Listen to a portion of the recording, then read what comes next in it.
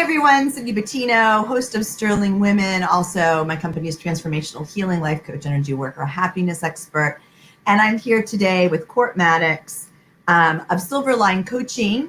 And not only is he my business coach, but he's also the business coach sponsor for Sterling Women. And we've decided to make some short videos to help all small businesses and even larger businesses, I guess, but to help them be as abundant as we deserve to be, right? So I always love Cort's wisdom, and he has a lot to share. So Cort, thank you for being here today. Thanks for having me. Yeah. So we were talking about networking, and it's not really post-COVID, we're still in COVID. So in this environment and all environments, I think networking is hard, period. And I'm kind of an introvert, extrovert. I guess you call me an extrovert, introvert. But people who see me think that I am such an extrovert. And the truth is, I hate networking events. I hate them. They make my stomach hurt. I feel like a fish out of water. If I don't know people, And if I can find any excuse not to go, I won't go. So I wanted to talk about networking, and then you really want to talk about what do you do after the networking event, which is so awesome. And we still have networking events that are virtual. We have networking events that are live. Do you think there's a benefit to a live event or a virtual event, or what do you see with all of that right now? Well, I think that there are benefits to each of them. Some of the benefits to obviously being in person, you feel the energy of the crowd and you're able to connect. Just that connection feeling other people's energy is really, really big. We've always been accustomed to that within our society. And so that's a huge benefit. But the benefit of the virtual is the fact that it doesn't matter where you're at, you can still participate in a group.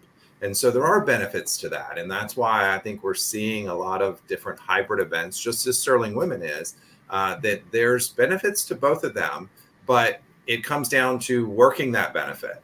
And I think that you hit on something earlier in the fact that you're an extrovert introvert and you aren't necessarily excited about the event, although whenever you get into it, it seems to come natural.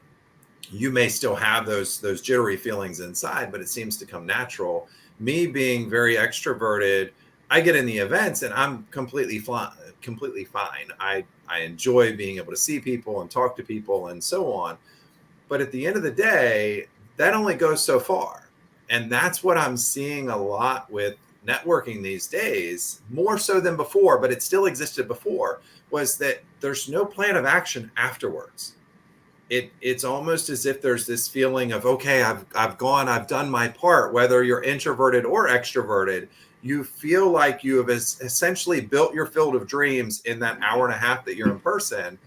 And then you walk away and you wait for it to come to you. And when everybody's waiting for something to come to them, then there's no movement. So this is what I find so fascinating. So I send out a follow-up email to everyone that attended live and virtual for Sterling Women. And I give them a link, but all they have to do is click on that link to schedule a one-to-one with me.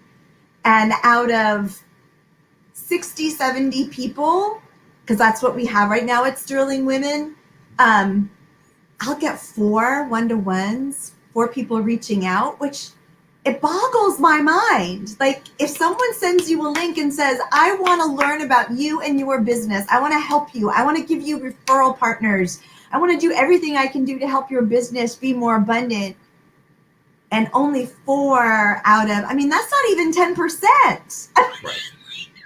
Well, and keep in mind, we're dealing with a lot of psychology with this, that most people are not used to being given something for nothing. And so I don't know them individually, but I have a feeling that you may be dealing with some people that say, well, if I connect with Cindy, maybe she's going to try to sell me something, or maybe I'm going to be wasting her time. And so they don't. And what they don't realize is that you are legitimately putting it out there to try to find out ways to help them. And I think that they may not know that. They may think there's an ulterior motive there. And the truth is that there isn't. And so I think that will help whenever you describe that of, hey, look, I just want to help you. I want to give you a bigger benefit for being a part of Sterling Women.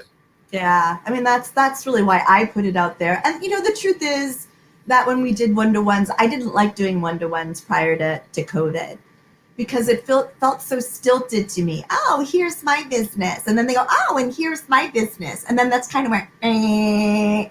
But with Zoom, I get into people's houses, and the cat comes in, the dog comes in, the kids are running by. It is so cool. I love it because I feel like, well, my alter ego, Mrs. Kravitz, loves, because I feel like I'm getting into their homes and I get to know them in a different way. And I try to give as many referral partners as possible to each person that I talk to. And yes, of course I talk about my business. I mean, but I'm really there. So, I mean, it would be stupid of me to do a one-to-one and not tell people about my business. But I'm not trying to sell them anything. I mean, I'm just trying to tell them about my business so that if they know someone that is stuck or unhappy, or they know of a couple that's struggling, that they have a referral source for me and for them, right? So they can help them too. But I agree with you. I think that people aren't doing the follow-up, which is really sad. So give us, because we were at 6 minutes, so I don't like to go beyond 8 minutes, but so give us a tip. What can people do after the networking event that will show them more abundance in their business?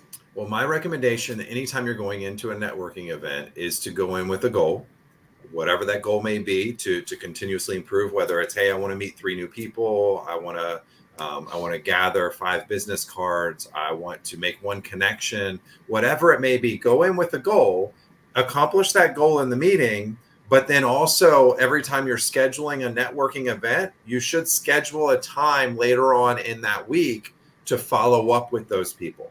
So make sure that's a goal going in, and don't just schedule the event. Don't just schedule Sterling Women the first Thursday of every month. Don't just schedule that. Schedule a follow-up for maybe the beginning of the following week to where you're going to reach out to the people that you have connected with so that you continue the benefits that you get out of that meeting.